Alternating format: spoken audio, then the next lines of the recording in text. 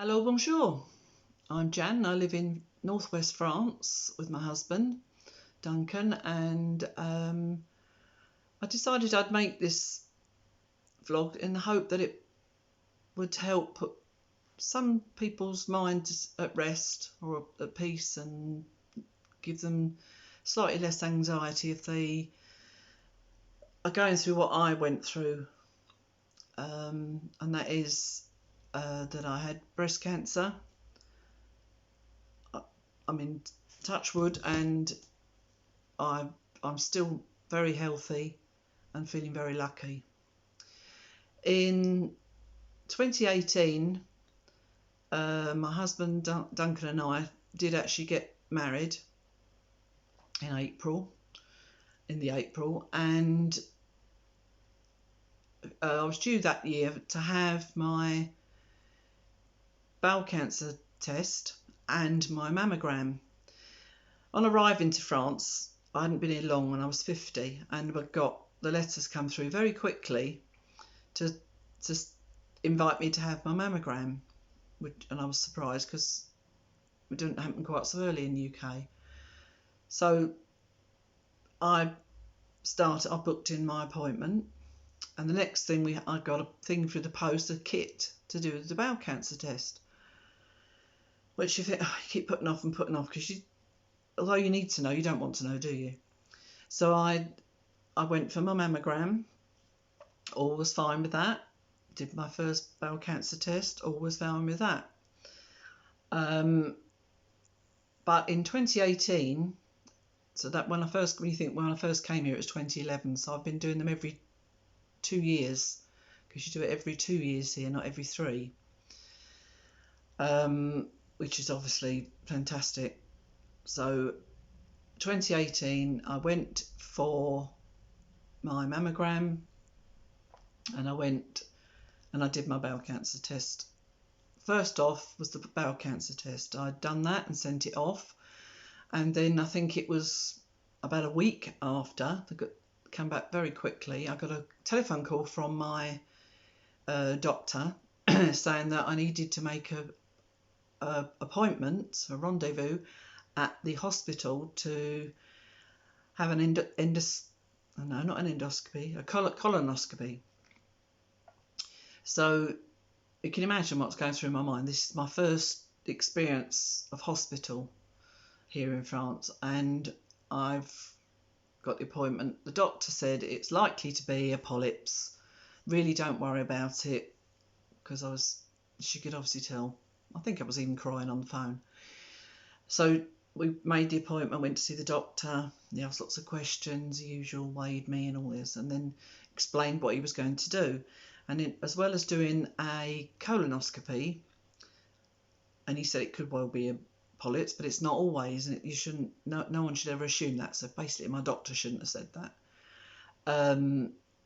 But he was also obviously going to do an endoscopy as well. So he was going to be basically looking at both ends just to check out that everything was okay, which again, I'm not convinced I would have got that living in the UK, but I was checked out, which, it was obviously still nerve-wracking, but I had the appointment to go in under general anaesthetic to have my examination done. I was on the ward recovering from the anaesthetic afterwards. Doctor come back, said everything was fine. He'd also, although it said that they'd found this polyp, which was about the size of a pea, and that he had done a swab from inside of my stomach as well to check that, and I'd get the results from that. If it wasn't good, then obviously I'd hear, and if I don't hear anything, I'd assume it was good. Needless to say, I didn't hear anything, so I think it was, again, not too long after that, I actually went for my mammogram. The mammogram, again, is fine. The staff in the hospital was just fantastic. He'd done the mammogram, and as much as I hate having it done, it's so uncomfortable, they said everything was fine. By then my mother had died in 2016, And I was obviously anxious then because she'd died of breast cancer. So I had to tell them this. They advised that my daughters get examined as well, or try and get at least booked in to get examined, because you never know if it was going to be hereditary or whatever. It turned out it wasn't, but what's the harm in making sure? So meanwhile, my daughters, of all those that of the age where they felt they should be examined, were examined, and the youngest daughter, hasn't been. So yeah, that one was fine. I went off to the UK to see my family. Duncan stayed here, and while I was there, Duncan phoned me to say that he'd had a phone call or a letter, I can't even remember which now, it's a bit of a blur, to say that I needed to go back again. So you can imagine, I'm panicking. So they've gone back and they've done it again. This time they were saying that they could see something, but they weren't sure what it was. So they'd done another mammogram and an ultrasound. And again, I'll let you know, once you're past a certain age here, they do the mammogram and an ultrasound as just routine. So don't always panic. It's because they're just being more thorough, because as you get older, you can expect possibly there to be a problem. So anyway, so this time he'd done it, and they said they could see this, whatever it was, and they recommend I go for a biopsy. So my next appointment was to go for a biopsy. I went for the biopsy, which was a bit uncomfortable because what they could see was quite hard. This lump they'd found was quite hard, and you had to basically stab at it to get a sample. So from that, the results were that it was a cancerous tumour. So the next thing I had to do was make an appointment. In fact, no, I think between them, they decided when my rendezvous appointment was, and that was going to go to the hospital, where it's a clinic, it's called a polyclinic, in Laval, which is our local main town. So I went there, and Duncan came with me, and he said that it was a 4mm tumour, that he was going to remove it, and as a precaution remove a couple of lymph nodes, sort of the nearest ones to the breast, as it were, as a precaution. And then once that had all been removed, I would then be on hormone or estrogen tablets for at least 5 years. I thought, great, okay, just get me in there, get this sorted. So I got my rendezvous for that, and it wasn't long after that I'd done that, and then I had a phone call from the surgeon, Dr. Mill, the consultant surgeon, saying he needed me to come in and see him. He needed to speak to me about something. So I'm beside myself. I'm just thinking the worst. Duncan's trying to reassure me, saying it's probably just to talk about the treatment. Remember, you're going to have your treatment. I thought, okay, yeah. But because of what happened to my mum, I'm obviously panicking. So I went to see the consultant. Duncan took me. I went to see the consultant. I walked in, and I just knew by his face that it wasn't going to be good. Sat down, and he said to me, "C'est mauvaise nouvelle." Okay, so it's bad news. And so then Duncan and I just grabbed each other's hand. He said, "It's everywhere." Because I suppose a lot of this is how he can tell me in English. This was the thing. He's English. He did have enough English to make himself understood, but to put it over, it can be quite blunt. I suppose in French he might have been a little bit more roundabout. I don't know. But anyway, so he just said it's everywhere. And I looked at Duncan, and he just went grey. He thought he meant my whole body. And for some reason, I think I just knew he meant just the breast. So the whole breast had cancer. So he said, so I need to take the breast off. He said, you need a mastectomy. So okay. Can you imagine how I was feeling then? And he booked me in for the very next day. I mean, I didn't have time to think about it, which is in itself is a good thing. But by the time I got to see the secretary and I'm sat down making the rendezvous, I was in tears. And the poor doctor, he's come on and he's put his hand on my shoulder and just sort of crying even more. So all the way home, I'm in like, oh shit, what happens now? I found myself apologising to Duncan because I feel I noticed, because he's so sensitive, I knew I was going to put him through hell with this. So we came to the hospital the next day. I've got all my stuff ready to go, and I'm trying to cut a long story short, but I'd like to get put people in the picture of what they may have to do or go through if they do it. And I'm on the ward and I've gone in. There was no point Duncan hanging around, so he went off to local shops and everything, trying to keep himself calm. My experience with the staff were fantastic. I'd count myself so lucky that I was in France when this happened to me. We went into the first part of the I don't know what would you call it, prep room, I suppose, and I'd have lots of injections to basically prepare my breast for the possible pain afterwards. So there was lots of injections and that, and I'm not going to lie, that wasn't the most pleasant. It was uncomfortable, but at the same time, and you're laying there and you think, this is all for the good. They're saving my life, So they did that, and I've gone in and I did cry. I got into the operating room and I did cry because it was just, it's a scary time. The next thing you know, I was waking up on the ward and everything was done.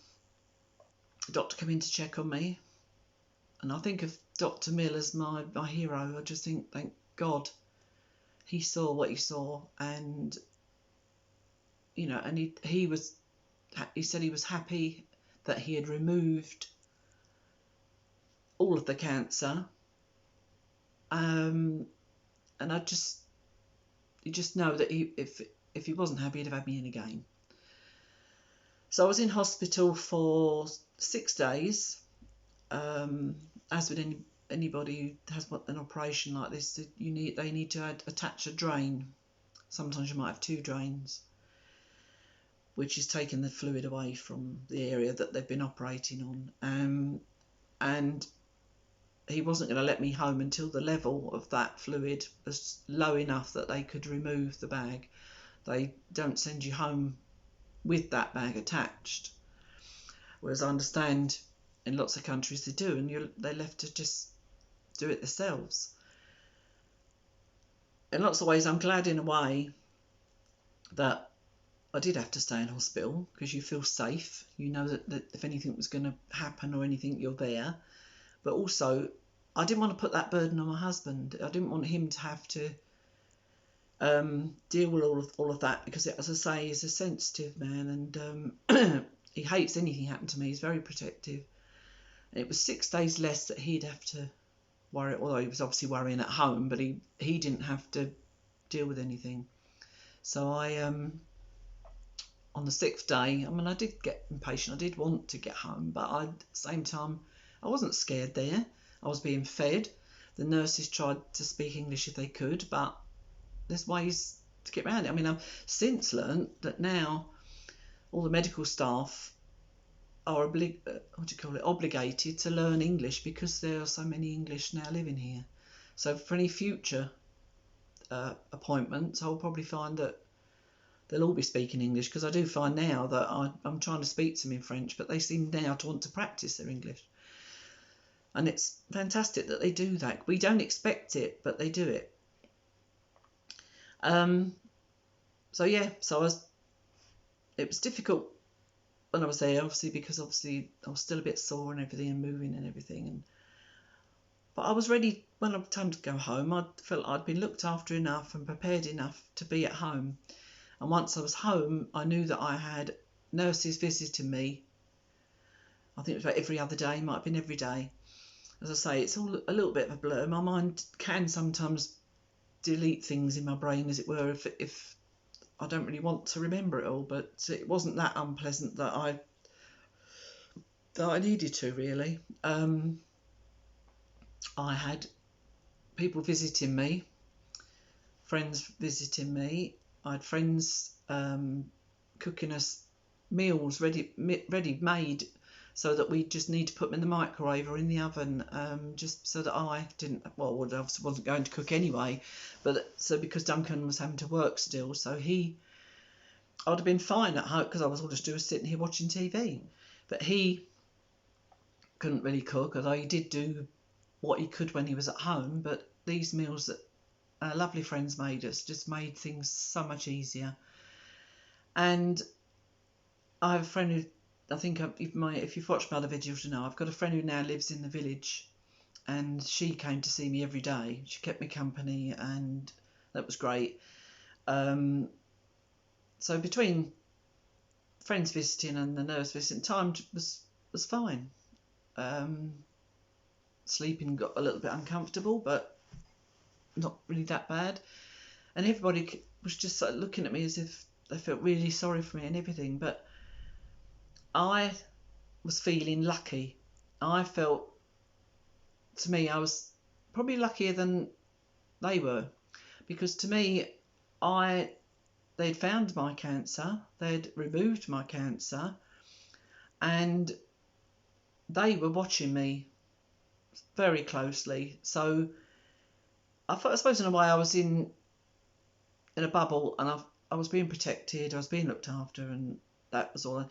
And I said this to people, I feel lucky now, because even now I'm being checked regularly, scanned regularly, and to me, if anything was going to be found now, because I'm scanned so regularly, if they found it, it won't have been there very long, and they should be able to deal with it, hopefully, touch wood.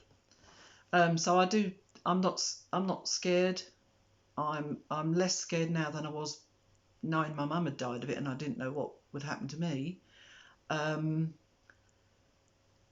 And each time we go for a mammogram, there's always that little, fingers crossed type of thing. But it's, as I say, they're so good. So I'd wait, I think it was about 3 weeks. Once all my stitches were out, I had to go for an MRI scan. It was quite a drive, it was an hour away to go to that. And that was just really to check my whole body, to make sure there was no cancer anywhere else in my body before they started chemo. Because then you'd have to make sure, to see what treatment to give me. They didn't expect to find any, but it's a precaution. There wasn't any cancer in my body, but they did find I think it's called a ganglion or something other, on my thyroid. She said, the oncology consultant says to me, it's nothing to worry about, but we do need to check it out, obviously. So I had to go and have a biopsy on that, which turned out to be fine, but again, not most pleasant, but it's got to be done, you've got to be checked. So that was another thing that was done, and then I had to go in again a little bit later just to make sure it was still okay, which is, so again, it's fine. So after that, they then set up my chemo appointments. I had 6 sessions of chemo, I think. 3 of one particular chemo and 3 of another. Sharon, my friend, came with me for most of my appointments. Again, not an not a pleasant experience, but not really an unpleasant one. You just sit there for. I wasn't having like an hour a day of treatment. I was only there for, I think it was an hour of treatment, maybe two. And they could bring you coffee and cake and things. Great. And yeah, so once I'd finished all of my chemo, I had to then set up my appointment to go start having my radiotherapy. I had 25 sessions of radiotherapy, which meant, and that was for five weeks, for Monday to Friday, every day, going into Laval to have my radiotherapy. And I mean, it's nothing to me. Just laying there, and they do this is nothing. And the staff again, fantastic. I left them chocolates once I finished my treatment because I was just so happy with them, and they were just so nice. And I need to point out as well, all of my rendezvous, whether it was for consultation, for chemo, for radiotherapy, taxis were provided, and I didn't have to pay for these. So that was, and not even going the hour's journey to have my MRI scan. I didn't have to pay for any of those, and the taxis were beautiful, and the taxi drivers were so friendly, and it was, each journey to Laval is 40 minutes there, 40 minutes back, and it was good practice for French, to be honest, but I did have to, sometimes I run out of conversation, I had to use my phone and play a game, and they're fine because they don't want to have to try and understand me either. So yeah, so that was, and at the end of all my treatment, I gave because I usually have the same taxi driver the majority of the time, and I gave him a couple of bottles of wine and something for the family, I think. And yeah, so the only thing that when I felt uneasy was once all the treatment was finished. And I suddenly thought, I'm on my own now. And it was a bit of a weird feeling for a little while, but then you settle down into it and get back to normal life. And now I go and see the consultant every 6 months. I was going for MRIs as well, but they're happy now that there's no sign of any cancer, so I'm not having the MRI, but I am obviously still having the mammogram, as I would, albeit just on one breast now. And she just likes to know, because I'm now on this medication, and they keep a check on you on what the medication you're on and how you're doing with it. So I'm only ever there, it takes me 40 minutes to get there, I'm only ever with her 5 minutes. The only side effect, unfortunately, with the pills I'm on is that it can cause a little osteoporosis.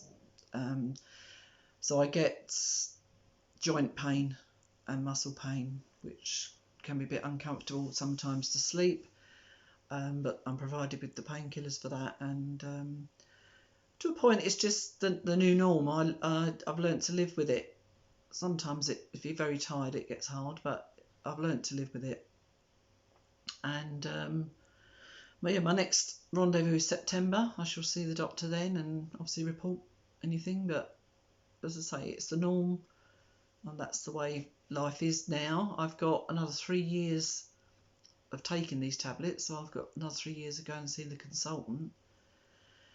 I expect after those 5 years to then maybe get a little bit nervous again, but hopefully I won't, provided, as long as all the scans and everything are still clear, then hopefully I won't. But it's like, you're just in a little bubble of being, you're being protected and seen, and so I'm sure it'll be fine. And I can tell you now, I know of people that have suffered a whole lot more than I have, and it's surprising how many women I found that have had breast cancer in France since I did. It's amazing, and I didn't know. Some of them were people I knew, some I only knew from a distance. So yes, anyway, I hope this it can either give you an insight if it's something you're about to go through, or make you feel better because you're not sure if you're going through things that you should do, and I might what I've said might ring a bell with you. But if you want to ask me any questions or anything, again, please, just ask me below, and I'll be glad to speak to you. I know it can be a lonely time. Not everybody's got lots of friends when they move to another country. I've been lucky that I had, and it's one of those times when you really miss your family. But at the same time, in some ways, I was glad I wasn't with my family, because I didn't want them to have to see me go through that. Yeah, so thanks again for watching, and I will see you in another vlog. Au revoir.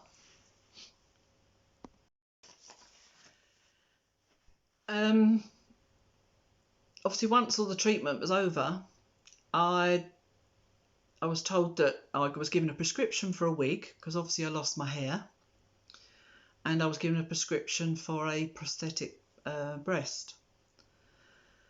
I was never at one point offered construction.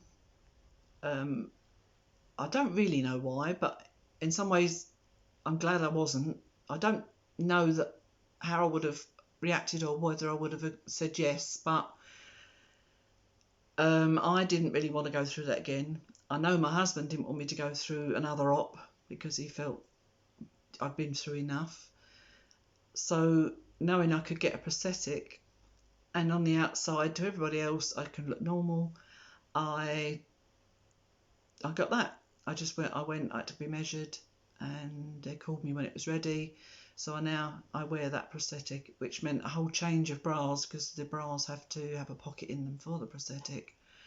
I'm probably due to get a new one, to be perfectly honest now, but yeah, so I've now wear a prosthetic. I did buy a wig because it was going to be my daughter's wedding, and I managed to get them to finish my radiotherapy in time for me to go to my daughter's wedding. So I went to my daughter's wedding without hair. I managed to buy a wig that I thought was okay, but I wasn't happy wearing it, and the only time I wore it was for the actual ceremony and for an hour or two in the evening, and it just began to itch and drive me mad, and I just yanked it off and put it on the table. Much to sort of, I don't know if they were really shocked, but my brother and my son and even my ex all come to me and say, good on you. You do what you want to do. You be comfortable. Don't be worrying about, how you look. Needless to say, my daughter's cried, but I'm just glad I didn't have to see my mum like that, so I can understand how they were feeling. But yeah, so it was almost liberating, actually, to take it off and just get on with it, and just think, if you don't like how I look, don't look at me. And I just felt comfortable, cooler for starters, because it was so hot. And that was it. I never wore a wig after that. I got used to tying scarves and making nice scarves to cover my head instead. So that they were quite nice. But once my hair started to grow, I really wasn't that fussed about that either. So, and the other thing I'd say, as I didn't know about beforehand, was that the chemo affects your fingernails and your toenails. So you lose your hair, your eyelashes, your eyebrows and everything, and then you start to notice your fingernails peeling. But because they know that, they prescribe nail varnish. It's a nail varnish that protects you from UV rays. It doesn't do it totally, but it helps. And so you just apply it. There's certain colours within this range that are more protective than others, so they suggest certain colours. So I had to go to the pharmacy and buy these, and I wore them. was quite nice in a way. It was like a bit of a pamper during, through all the turmoil, as it were. And